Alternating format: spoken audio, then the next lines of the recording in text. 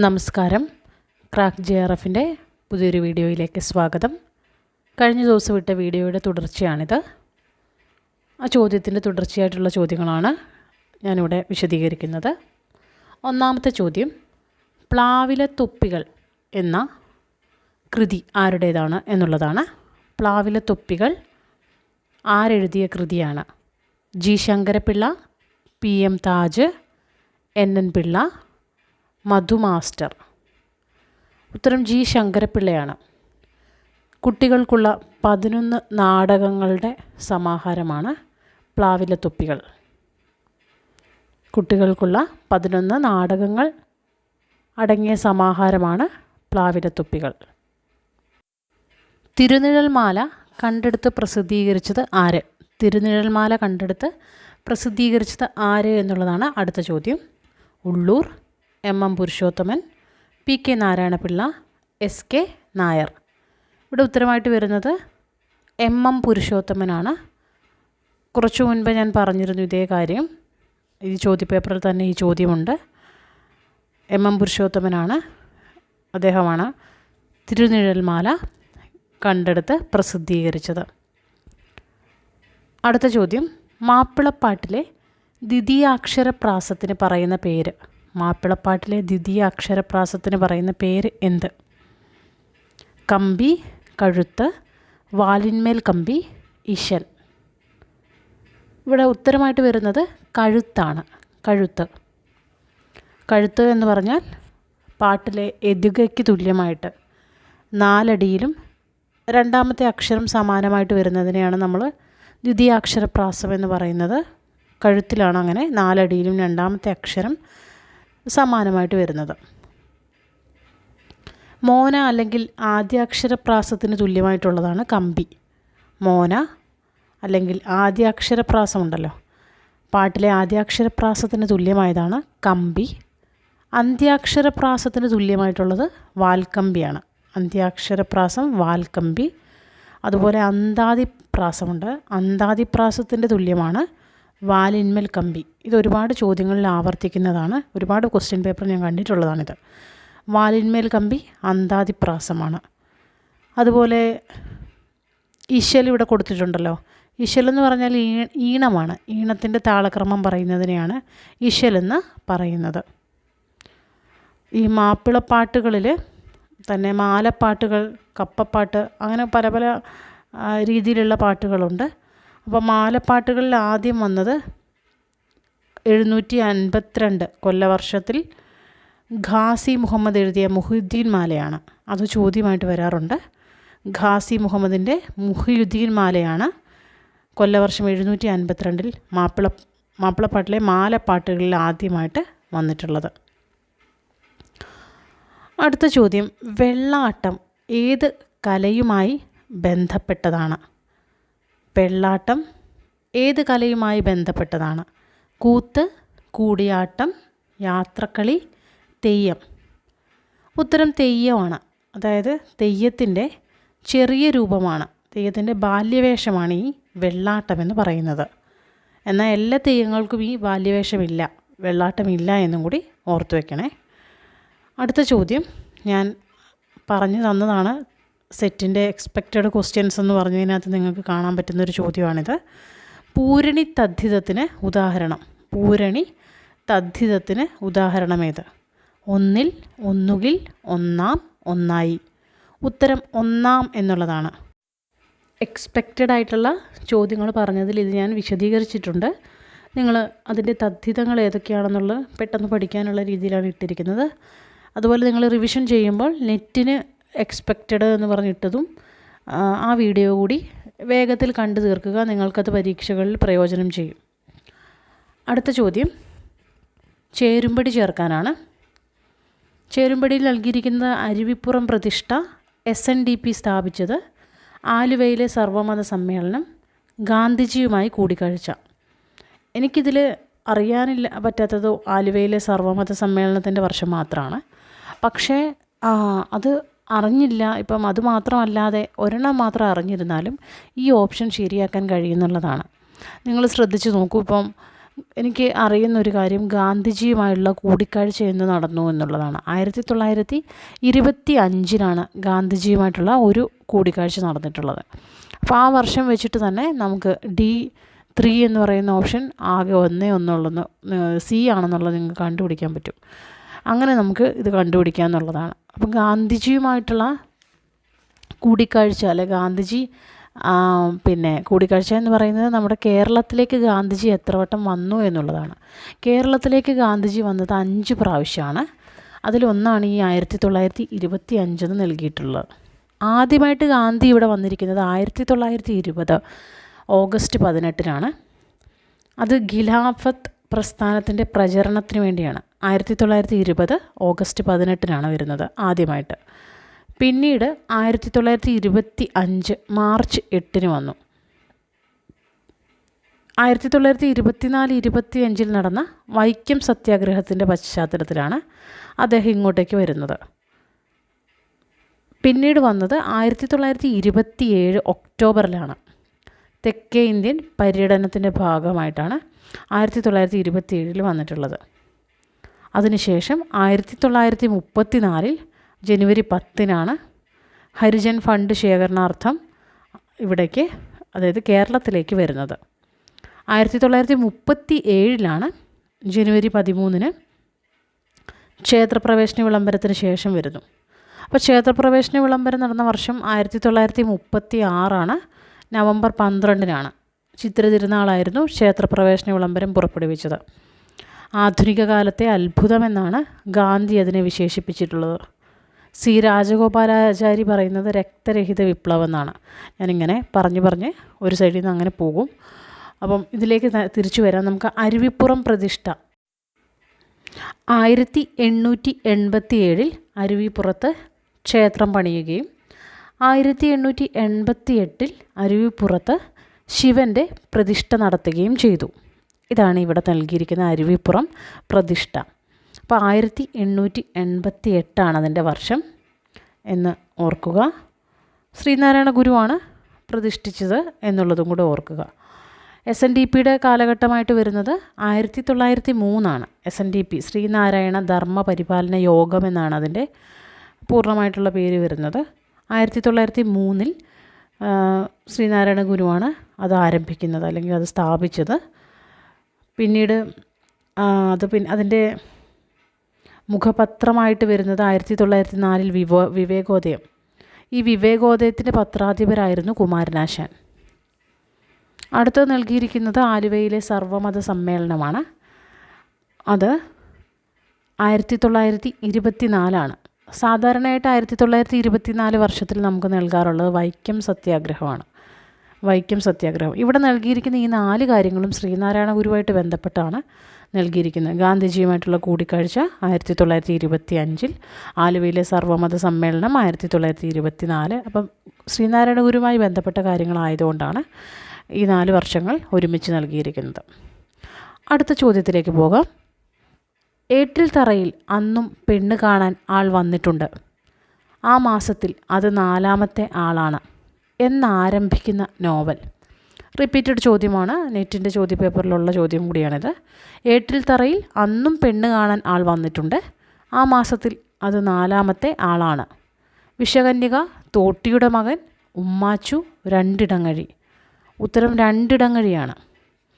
ഉത്തരം രണ്ടിടങ്ങഴി. പുഷ്പവേലിൽ ഔസേപ്പ് കഥാപാത്രമായിട്ട് വരുന്ന, കോരൻ ചിരുതയൊക്കെ കഥാപാത്രങ്ങളായിട്ട് വരുന്ന രണ്ടിടങ്ങഴിയാണ്. തകഴി എഴുതിയിട്ടുള്ള നോവൽ ആണിത്. തോട്ടിയുടെ മകനും തകഴിയുടെ നോവലാണ്.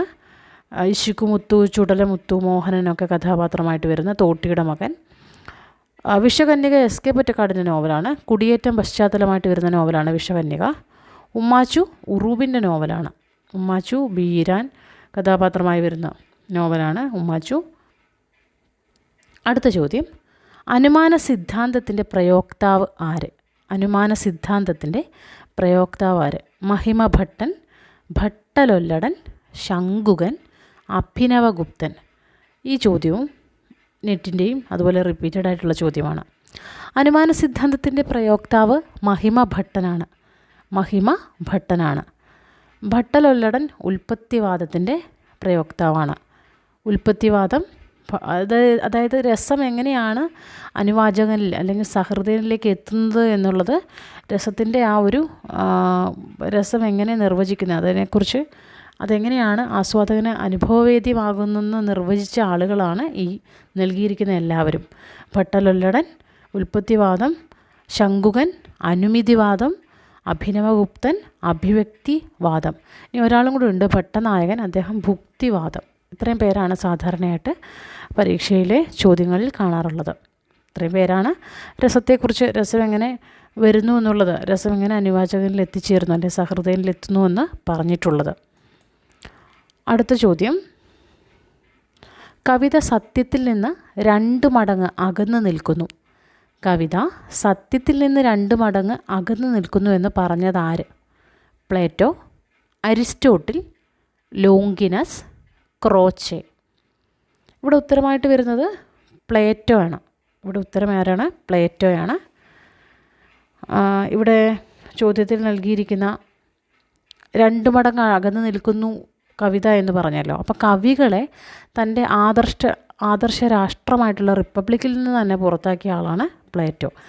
ആദർശ രാഷ്ട്രമായിട്ട് കണക്കാക്കുന്നത് റിപ്പബ്ലിക്കാണ്. അതിൽ കവികൾക്കോ ഇതുപോലെ സത്യത്തിൽ നിന്ന് അകന്നു നിൽക്കുന്ന ആർക്കും, കലാകാരന്മാർക്കോ ആർക്കും പ്രവേശനം ഇല്ല.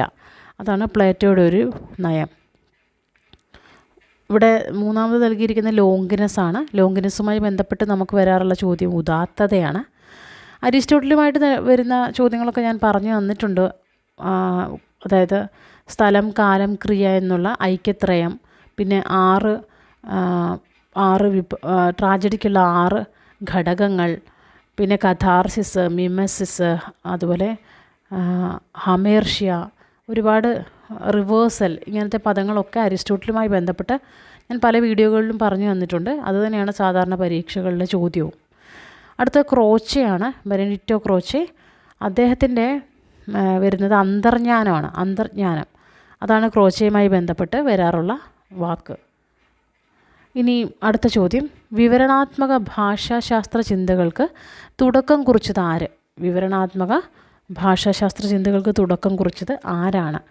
ലെക്കാൻ, മിഷേൽ ഫൂക്കോ, ഴാക്ക് ദെറിദ, ഫെർഡിനാൻഡ് ഡി സസ്യൂർ. ഇവിടെ ഉത്തരമായിട്ട് വരിക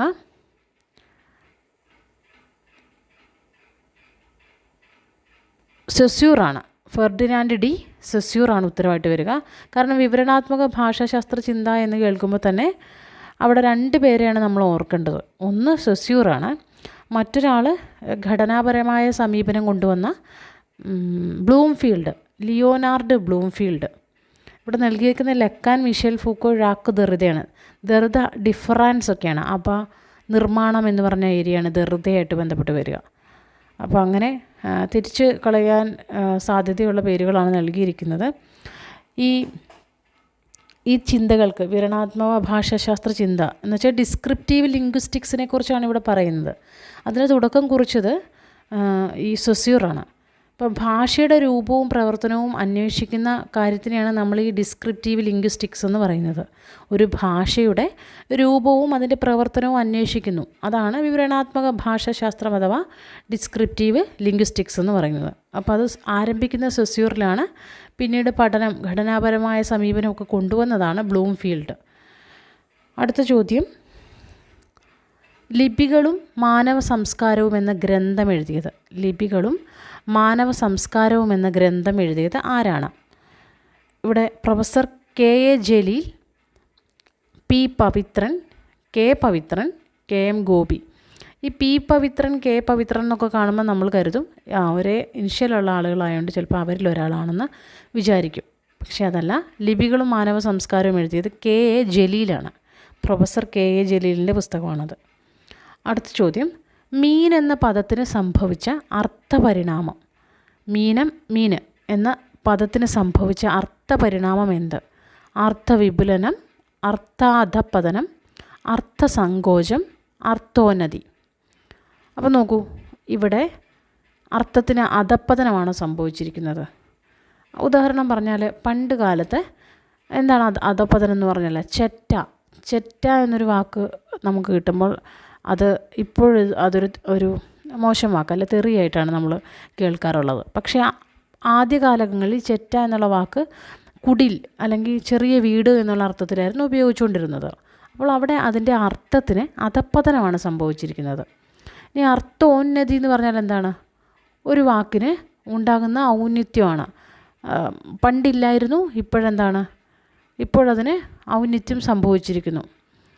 അതിന് ഉദാഹരണം എനിക്ക് പെട്ടെന്ന് എൻ്റെ ഓർമ്മയിലേക്ക് വരുന്നില്ല.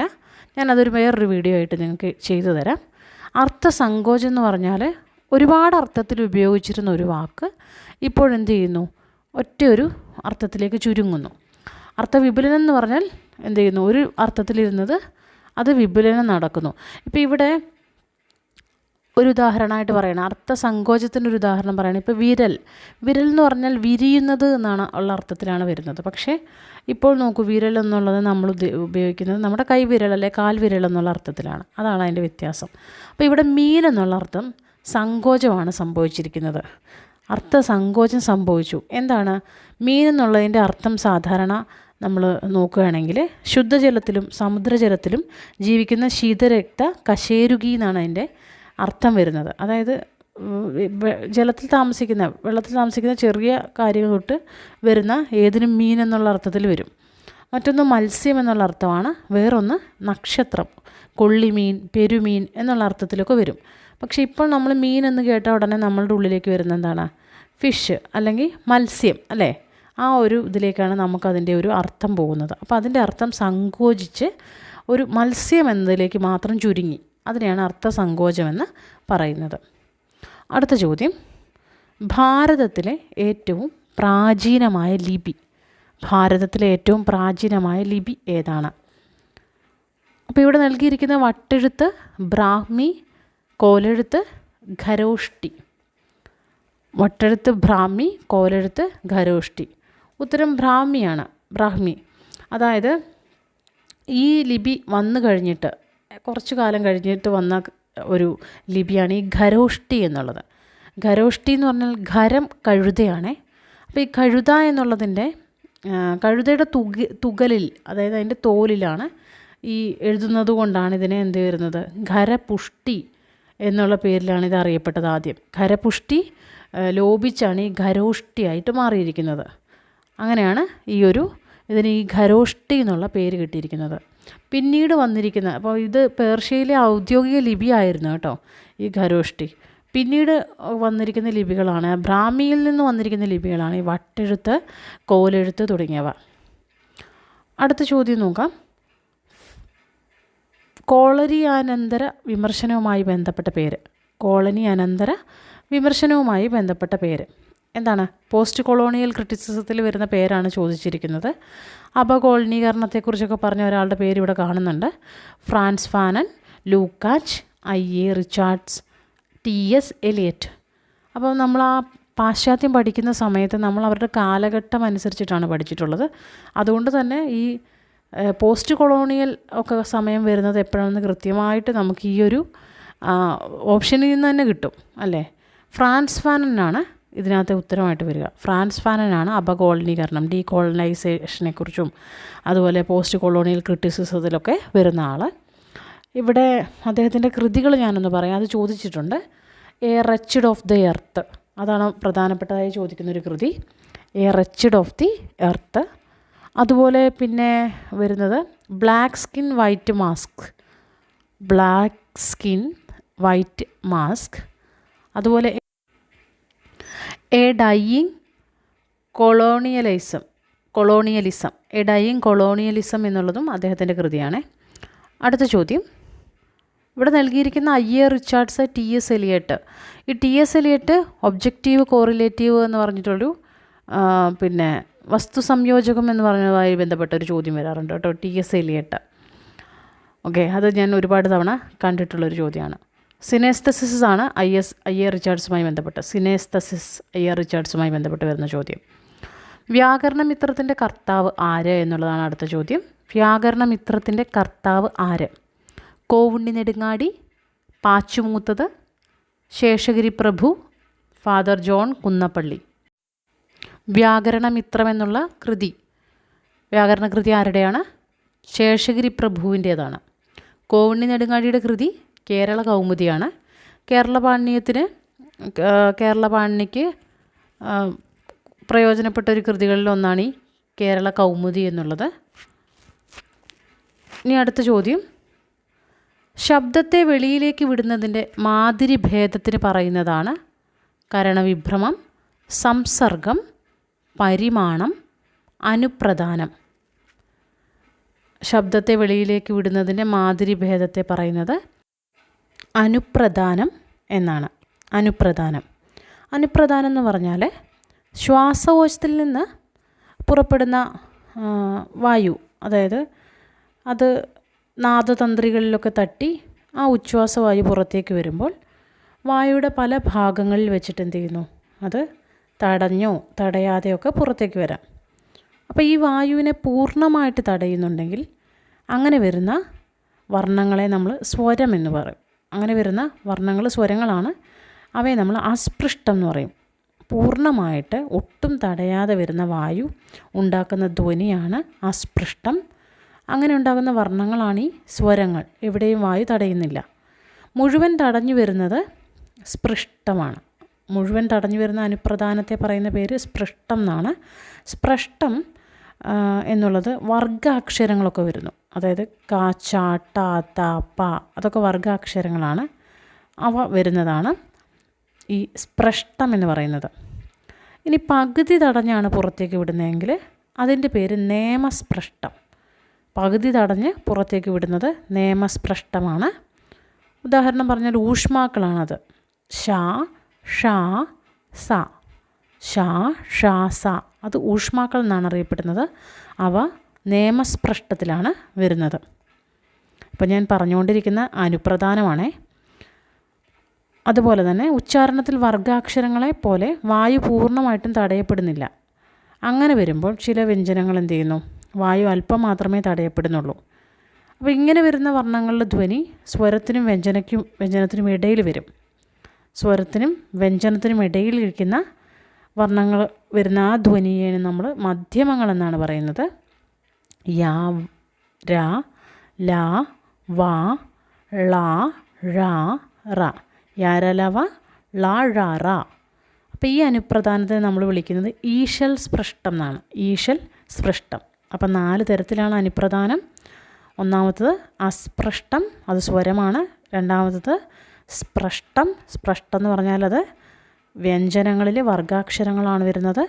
മൂന്നാമത് നേമസ്പൃഷ്ടം, അത് ഊഷ്മാക്കളായിട്ടുള്ള ശാഷാസ വരും. നാലാമത് വരുന്നത് ഈശൽ സ്പൃഷ്ടമാണ്, അത് യാരാലാവ ളാഴാറ വരുന്നു. കരണവിഭ്രമം എന്ന് പറഞ്ഞാൽ ഈ ഉച്ചാരണത്തിലെ കരണം എന്ന് പറഞ്ഞിരിക്കുന്നത് നാവിനെയാണ്. ജിഹ്വ എന്ന് പറയുന്നതും നാവിനെയാണ് കേട്ടോ. ഈ നാവാണ് ഇവിടുത്തെ കരണവിഭ്രമം നടത്തുന്നത്. അതായത് നാവ് കൊണ്ട് കണ്ഠരന്ധ്രത്തെ തുറക്കുകയും അടയ്ക്കുകയും ചെയ്യുന്നു.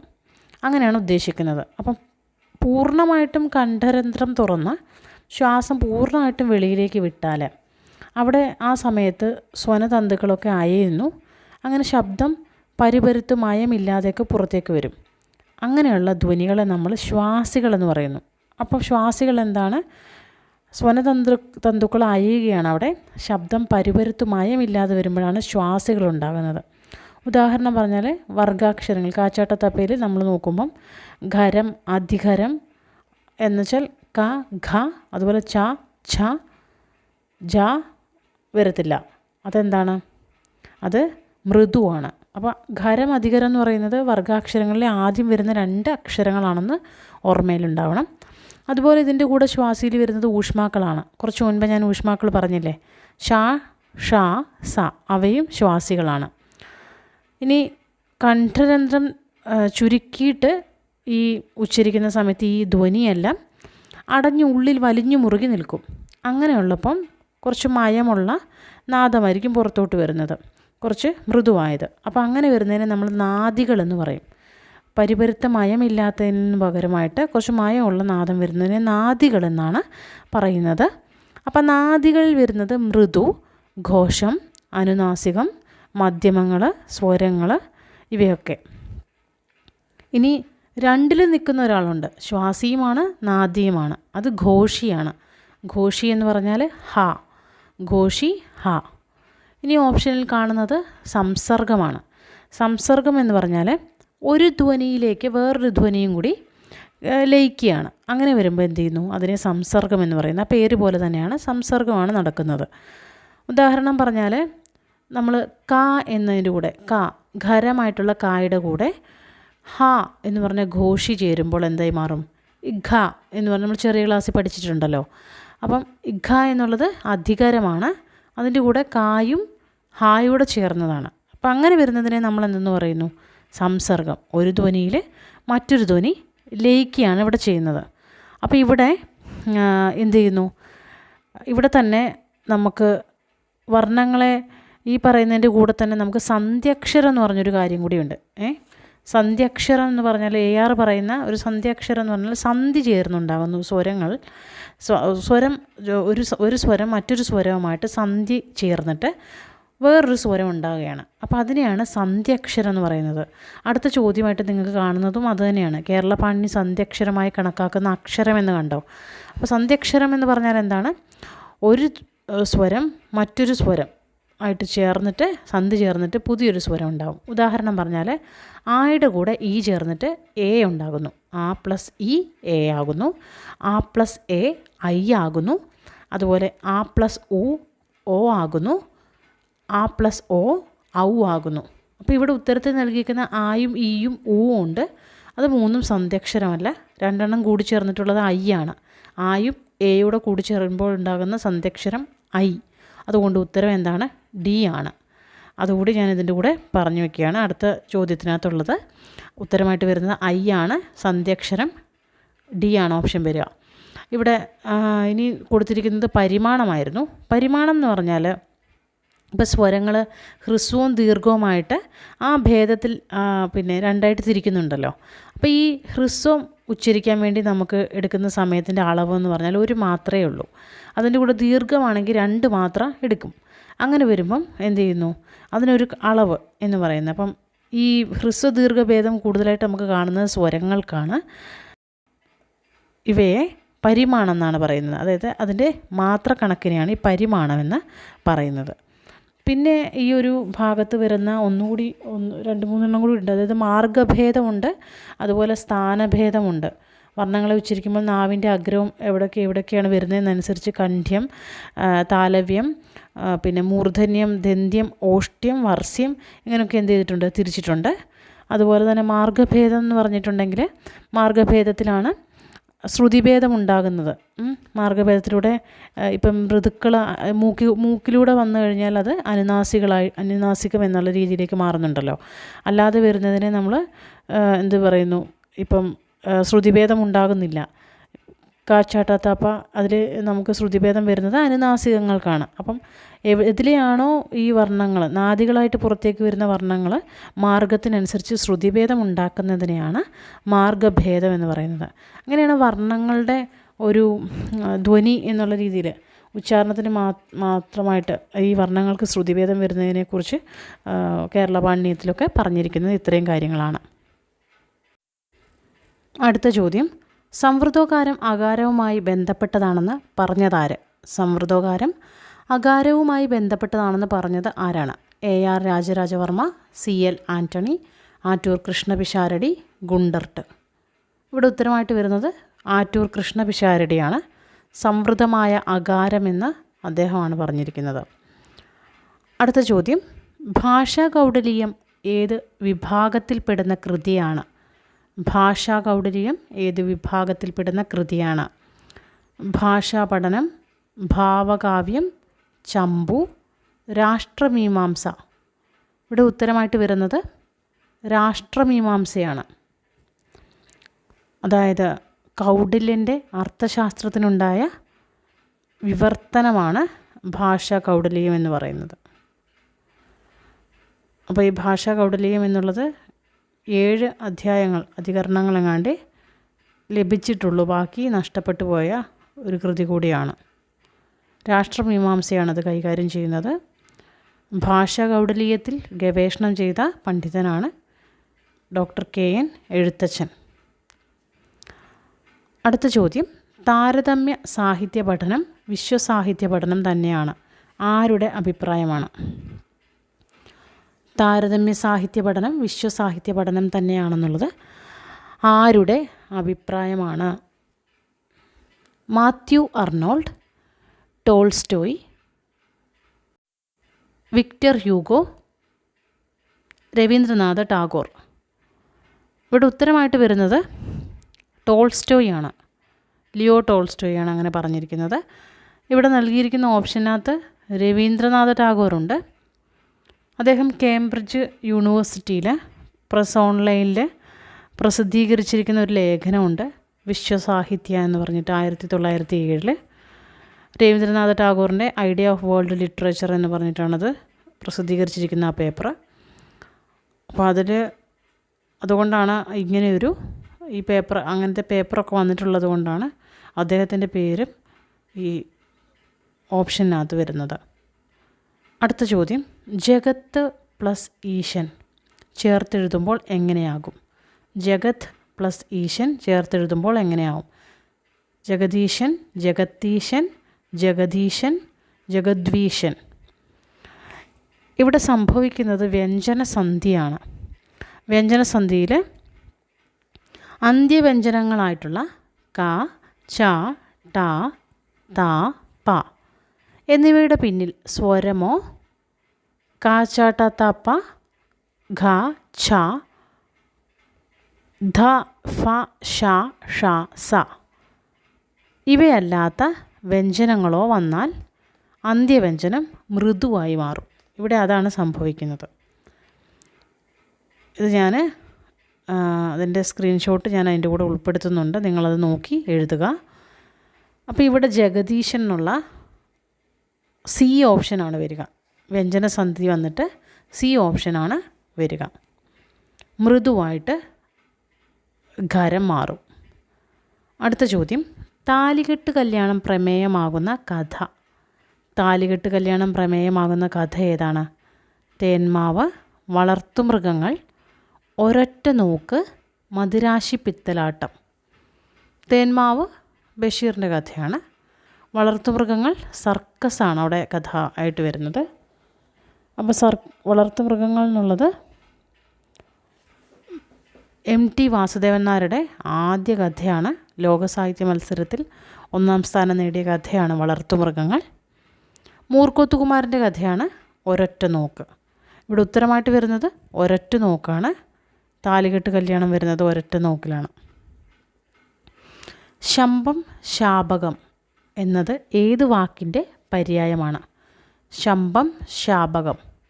യുവാവ്, കുട്ടി, സൈനികൻ, വൃദ്ധൻ. ഇതിൻ്റെ ഉത്തരം ബി ആണ്. കുട്ടിയാണ് ശമ്പം, ശാപകം എന്നുള്ള വാക്കിൻ്റെ പര്യായം. അതായത് കുട്ടി എന്നതിൻ്റെ പര്യായമാണ് അവ. അടുത്ത ചോദ്യം, സംസ്കാരത്തെ ജീവിതശൈലിയുടെ ആകെത്തുക എന്ന് നിർവചിച്ചത് ആര്? സംസ്കാരത്തെ ജീവിതശൈലിയുടെ ആകെത്തുക എന്ന് നിർവചിച്ചത് ആര്? EP Thompson, Matthew Arnold, Raymond Williams, Althusser. ഇവിടെ ഉത്തരമായിട്ട് വരുന്നത് റെയ്മണ്ട് വില്യംസ് ആണ്. Raymond Williams. അടുത്ത ചോദ്യം, വിവർത്തന വിധേയമല്ലാത്തതിനെ വിവർത്തനം ചെയ്യാനുള്ള പ്രയത്നം ഉപേക്ഷിക്കണമെന്ന നിർവചനം ആരുടേതാണ്? വിവർത്തന വിധേയമല്ലാത്തതിനെ വിവർത്തനം ചെയ്യാനുള്ള പ്രയത്നം ഉപേക്ഷിക്കണമെന്നുള്ള നിർവചനം ആരുടേതാണ്? JC Catford, Benedict Croce, Hilaire Belloc, Matthew Arnold. Hilaire ബെല്ലോക്കാണ് ഇങ്ങനെ പറഞ്ഞത്. ഹിലായർ ബെല്ലോക്ക്. പഞ്ചതന്ത്രത്തിൻ്റെ അറബി വിവർത്തനം ഏതു പേരിലാണ് അറിയപ്പെടുന്നത്? പഞ്ചതന്ത്രത്തിൻ്റെ അറബി വിവർത്തനം ഏതു പേരിലാണ് അറിയപ്പെടുന്നത്? കലഹിനി ദമനകം, ദുരന്ത ദുശങ്ക, കലീന ദമനകം. ഉത്തരം കലീല ദമന എന്നുള്ളതാണ്. കലീല ദമന. അടുത്ത ചോദ്യം, ഏത് സ്ഥായി ഭാവമാണ് ശൃംഗാരം എന്ന രസമായി മാറുന്നത്? ഏത് സ്ഥായി ഭാവമാണ്? ഉത്സാഹം, രതി, ക്രോധം, ശോകം. എളുപ്പമുള്ള ചോദ്യമാണിത്. ഉത്തരം രതിയാണ്. ഉത്തരം രതി. ഞാനത് നെറ്റിൻ്റെ എക്സ്പെക്റ്റഡ് ക്വസ്റ്റ്യൻസിൽ സ്ഥായി ഭാവം, രസങ്ങൾ, സഞ്ചാരി ഭാവങ്ങൾ, അതായത് നമ്മുടെ നാഡ്യശാസ്ത്രത്തിൽ പറയുന്ന കുറേ കാര്യങ്ങൾ അതിനകത്ത് ഇട്ടിട്ടുണ്ട്. കേട്ട് പഠിക്കുക. അടുത്തത് കേരളത്തിലെ ഏറ്റവും പഴയ നാണയം. കേരളത്തിലെ ഏറ്റവും പഴയ നാണയം തുലുക്കക്കാശ്, ആനയച്ച്, രാശി, റോമൻ നാണയം. തുലുക്കക്കാശ്, ആനയച്ച്, രാശി, റോമൻ നാണയം. ഇതിൻ്റെ ഉത്തരമായിട്ട് വരുന്നത് രാശിയാണ്. കേരളത്തിലെ ഏറ്റവും പഴയ നാണയമായിട്ട് വരുന്നത് രാശിയാണ്. ആനയച്ച് ഉണ്ണിയച്ചി ചരിത്രത്തിൽ കാണുന്നതാണ്. ഉണ്ണിയച്ചിയിൽ കാണുന്ന നാണയമാണ് ആനയച്ച്. തുലുക്കക്കാശ് നമ്മൾ അതുപോലെ തന്നെ കാണുന്നതാണ്. അനന്തപുര വർണ്ണനത്തിൽ കാണുന്നുണ്ട് തുലുക്കക്കാശ്. പ്രാചീന കൃതികളിൽ കാണുന്നുണ്ട്. പക്ഷേ ഏറ്റവും പഴയ നാണയം രാശിയാണ്. അടുത്ത ചോദ്യം, ലീലാതിലകകാരൻ പറയുന്ന മണിപ്രവാള ലക്ഷണങ്ങൾ പരിപൂർണമായും യോജിക്കുന്ന കാവ്യമേത്? ലീലാതിലകകാരൻ പറയുന്ന മണിപ്രവാള ലക്ഷണങ്ങളാണ്, പാട്ടിൻ്റെ ലക്ഷണമല്ല. പൂർണ്ണമായിട്ട് യോജിക്കുന്ന കാവ്യം ചന്ദ്രോത്സവം, വൈശികതന്ത്രം, അനന്തപുര വർണ്ണനം, ഉണ്ണിയാടി ചരിതം. ഇവിടെ ഉത്തരം വൈശികതന്ത്രമാണ്. വൈശികതന്ത്രമാണ് ഇവിടെ ഉത്തരമായിട്ട് വരുന്നത്. അടുത്ത ചോദ്യം, അദൃശ്യവനങ്ങൾ ഏത് സാഹിത്യ വിഭാഗത്തിൽപ്പെടുന്നു? അദൃശ്യവനങ്ങൾ ഏത് സാഹിത്യ വിഭാഗത്തിൽപ്പെടുന്നു? പരിസ്ഥിതി ലേഖനം, നോവൽ, കഥാസമാഹാരം, തിരക്കഥാപഠനം. ഇവിടെ നൽകിയിരിക്കുന്ന പേരിൽ തന്നെ ഉണ്ട്. അതൊന്ന് കുഴപ്പിക്കാൻ വേണ്ടിയാണ് പരിസ്ഥിതി ലേഖനം എന്നൊക്കെ നൽകിയിരിക്കുന്നത്. ഇവിടെ ഉത്തരം നോവലാണ്. അദൃശ്യവനങ്ങൾ നോവലാണ്. എൻ പ്രഭാകരൻ എഴുതിയിരിക്കുന്ന നോവലാണ്. അതായത് ഇത് നരേന്ദ്രപ്രസാദ് എൻ പ്രഭാകരൻ എഴുതിയിരിക്കുന്നൊരു കത്താണ് ഞാൻ കാണിച്ചത്, അതിൻ്റെ ഒരു ഭാഗം. അതിനകത്ത് അദൃശ്യവനങ്ങളെ വളരെ ഇഷ്ടപ്പെട്ട രീതിയിലാണ് അദ്ദേഹം എഴുതിയിരിക്കുന്നത്. അല്ലാതെ നമുക്ക് അദൃശ്യവനങ്ങൾ എന്നുള്ളത് കൃത്യമായിട്ട് ചെറുകഥയാണോ നോവലിലെയാണോ എന്നുള്ളതിൽ എനിക്ക് കൃത്യമായിട്ടുള്ള ധാരണയില്ല. ഉത്തരം കൊടുത്തിരിക്കുന്നത് നോവൽ എന്നുള്ളതാണ്. അടുത്തത്, വിഷാദം പൂക്കുന്ന മരങ്ങൾ ആരുടെ ആത്മകഥയാണ്? വിഷാദം പൂക്കുന്ന മരങ്ങൾ ആരുടെ ആത്മകഥയാണ്? മാധവിക്കുട്ടി, പി വത്സല, ഗ്രേസി, ലളിതാ ലെനിൻ. ഉത്തരം വരിക, ഇവിടുത്തെ ഉത്തരമായിട്ടുള്ളത് മാധവിക്കുട്ടിയാണ്. മാധവിക്കുട്ടിയുടെയാണ് വിഷാദം പൂക്കുന്ന മരങ്ങൾ എന്നുള്ള ആത്മകഥ. അടുത്ത ചോദ്യം, സ്നേഹത്തിന് നഖത്തിൻ്റെയും പല്ലിൻ്റെയും മൂർച്ചയുണ്ട് എന്ന് ബഷീർ ഏത് നോവലിലാണ് പറഞ്ഞിട്ടുള്ളത്? സ്നേഹത്തിന് നഖത്തിൻ്റെയും പല്ലിൻ്റെയും മൂർച്ചയുണ്ട്. ആ പറച്ചിലിൽ തന്നെ നമുക്ക് കിട്ടും സുഹറ എന്നുള്ള ഉത്തരം. ബാല്യകാലസഖി, പാത്തുമ്മയുടെ ആട്, മതിലുകൾ, ശബ്ദങ്ങൾ. ഇവിടെ ഉത്തരമായിട്ട് വരുന്നത് ബാല്യകാലസഖിയാണ്. മജീദും സുഹ്റയും കഥാപാത്രങ്ങളായിട്ട് വരുന്ന രാജകുമാരിക്ക് നഖം വെട്ടാൻ പാടില്ല എന്നൊക്കെ പറയുന്ന, നഖം വളർത്താൻ പാടില്ല എന്ന് പറയുന്ന ആ ഒരു സെൻറ്റൻസൊക്കെ വരുന്നത് ഈ ഒരു ബാല്യകാലസഖിയിലാണ്. അടുത്തത്, കേരള പേട്രിയറ്റ് എന്ന ഇംഗ്ലീഷ് പത്രം ആരംഭിച്ചത് ആര്? കേരള പേട്രിയറ്റ് എന്ന ഇംഗ്ലീഷ് പത്രം ആരംഭിച്ചത് ആര്? Kesari A Balakrishnapillai, Swadeshabhimani Ramakrishnapillai, C V Ramanpillai, E V Krishnapillai. ഇതിൻ്റെ ഉത്തരം സി വി രാമൻപിള്ളയാണ്. കേരള പേട്രിയറ്റ് സി വി രാമൻപിള്ളയുടെ പത്രമാണ്.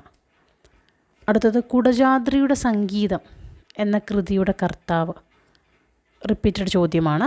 കുടജാദ്രിയുടെ സംഗീതം രാജൻ കാക്കനാടൻ, ഡി ബാബു പോൾ, സുജാതാ ദേവി, ജോർജ് വർഗീസ് കാക്കനാടൻ. ഇതിൻ്റെ ഉത്തരമായിട്ട് വരുന്നത് ജോർജ് വർഗീസ് കാക്കനാടനാണ്. തെറ്റിക്കാൻ വേണ്ടിയാണ് രാജൻ കാക്കനാടൻ എന്നുള്ള ഓപ്ഷൻ അവിടെ കൊടുത്തിരിക്കുന്നത്. അടുത്ത ചോദ്യം, പ്രാചീന കാലത്ത് മരത്തിൽ കയറുന്നവർ നൽകിയിരുന്ന നികുതി ഏത്? പ്രാചീന കാലത്ത് മരത്തിൽ കയറുന്നവർ നൽകിയിരുന്ന നികുതി ഏതാണ്? കടമവരി, മരവരി, തളക്കാണം, തലവരി. ഉത്തരം തളക്കാണമാണ്. തളക്കാണമാണ് പ്രാചീന കാലത്ത് മരത്തിൽ കയറാൻ നൽകിയ നികുതി. ഇത്രയുമാണ് ഈ വീഡിയോയിൽ ഞാൻ ഉൾപ്പെടുത്തുന്നത്. ഉപകാരപ്രദമായി എന്ന് കരുതുന്നു. നിങ്ങൾക്ക് ഉപകാരമാകുന്നുണ്ടെങ്കിൽ നിങ്ങളത് എനിക്ക് ഒരു സിമ്പലിലൂടെയെങ്കിലും എനിക്കൊരു കമൻറ്റായിട്ടിടാൻ ശ്രദ്ധിക്കുമല്ലോ. എല്ലാവർക്കും നല്ല വിജയം ആശംസിക്കുന്നു. ഇതിൻ്റെ തുടർച്ച വീഡിയോ ഞാൻ അടുത്ത ദിവസം അപ്ലോഡ് ചെയ്യുന്നതാണ്. നിങ്ങൾ ലൈക്ക് ചെയ്യുക, ഷെയർ ചെയ്യുക. നിങ്ങളിതൊക്കെ പഠിച്ച് നല്ലൊരു ജോലിയിലേക്ക് എത്തുക. ആശംസകളോടെ നിർത്തുന്നു.